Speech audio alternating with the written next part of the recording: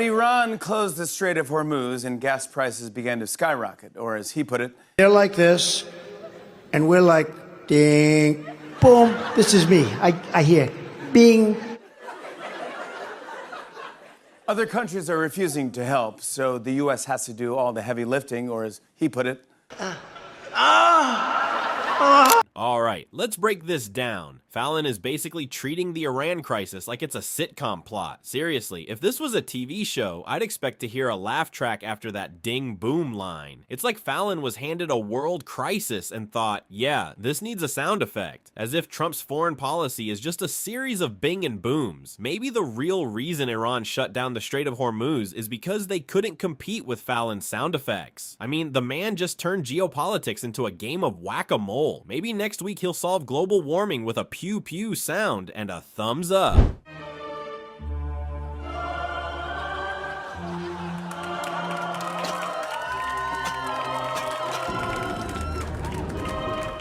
Look, I think I get Iran's point there.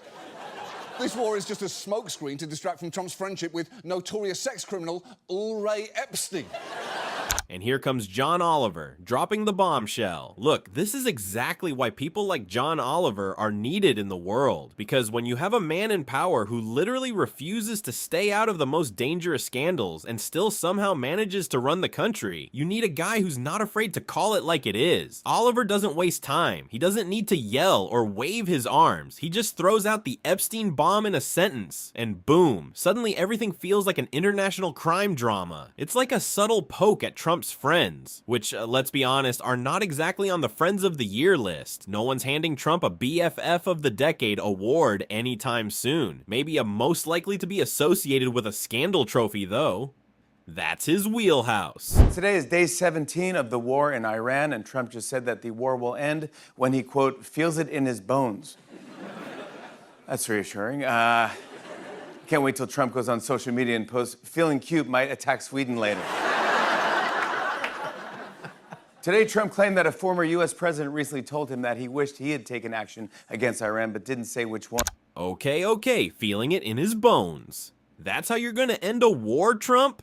Are we supposed to take that seriously? Like, is he gonna wake up one morning with a sudden itch in his bones and decide, you know what? I think it's time for peace. This isn't the bone zone. This is international diplomacy. Just imagine how many wars would end if we all just waited for feeling it in the bones day. Yeah, we'll stop the global conflict when my bones say so. Who needs negotiations or, I don't know, strategy? And then Fallon. Oh man, he's right. Trump will probably tweet something like, feeling cute might invade Canada later. Is that how it works now? Feeling cute might start a war. I won't use the word war because they say if you use the word war, that's maybe not a good thing to do. They don't like the word war because you're supposed to get approval. So I'll use the word military operation, which is really what it is. What? He really just talks like a 6-year-old speaking stream of consciousness to a stranger. And my mom says I'm not allowed to talk about my penis with other people. This is the thing with Trump. If you actually listen to him talk for more than 2 minutes, it starts sounding like a child who's just learned about big words and is trying to impress their mom. War? What's that? Well, it's a military operation. Because if you say war, the big people get mad. But military operation? Oh, that's cute. Let's go with that. This is the President of the United States, not a 6-year-old explaining why they ate the cookies, but he's somehow managed to combine both. He's in his own little world where words don't matter, and the big ideas come in the form of, I don't know, something about military stuff, right? And John Oliver, he's just pointing out that this is basically the verbal equivalent of watching a toddler run around with a toy tank shouting boom. Focus on trying to reopen the Strait of Hormuz. Listen to what he's been saying about it. First, Trump said, it's time for our ships to embark on a very dangerous voyage. Then Carnival Cruise said, hey, that's our slogan. Then Trump said, trust me, you've never seen such a tight squeeze.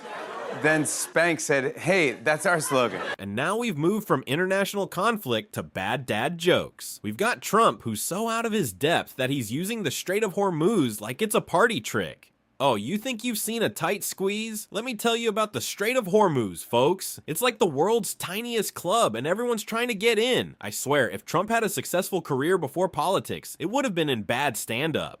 Oh, we knocked out their anti-aircraft, but the real problem is tight squeeze. I'm telling you folks, this stuff is ridiculous. And Jimmy Fallon's response is just perfect. Spank said, hey, that's our slogan. Yeah, because nothing says world peace like Spank's new slogan on the geopolitical stage. But at least Trump's consistent. He's confusing everything with something from a fast food ad. Of course, we've knocked out their anti-aircraft. We've knocked out everything. We're roaming free. From a military standpoint, all they're doing is clogging up the strait. But from a military standpoint, they're finished. Oh, well, that's great news, but here is the problem with that. He already declared that we'd won the war 11 days ago. And I don't know if you've noticed, but it has seemed to continue since then. Ah, yes, the famous declaring victory maneuver. You know, that moment when you just shout, we won, because it sounds better than actually doing the hard work. Trump's favorite move in the diplomacy playbook is to declare victory and then just pray that no one checks the calendar. Wait, hold on. Didn't you declare the war was over 11 days ago? Yeah, well, it's Trump. Time is just a suggestion at this point, isn't it? It's like the guy who finishes a jigsaw puzzle and declares victory. Except he hasn't even looked at the edge pieces yet. Today, President Trump fired Attorney General Pam Bondi.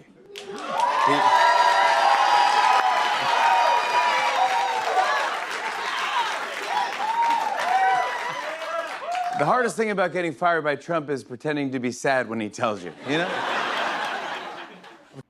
Oh, the Trump firings, also known as the most chaotic series of plot twists in US history. It's like every time he fires someone, the real loser is the guy left standing. Hey, congrats, you're not fired yet, and you're supposed to be grateful? You know that feeling when someone fires you in the most casual way, like they're handing you a Starbucks drink. You're fired, but don't take it too personally. Trump's basically running the office like a bad HR department, where everyone's just hoping they don't end up on the chopping block next week.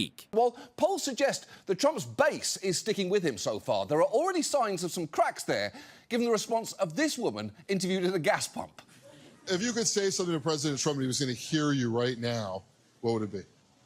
You're a worthless pile of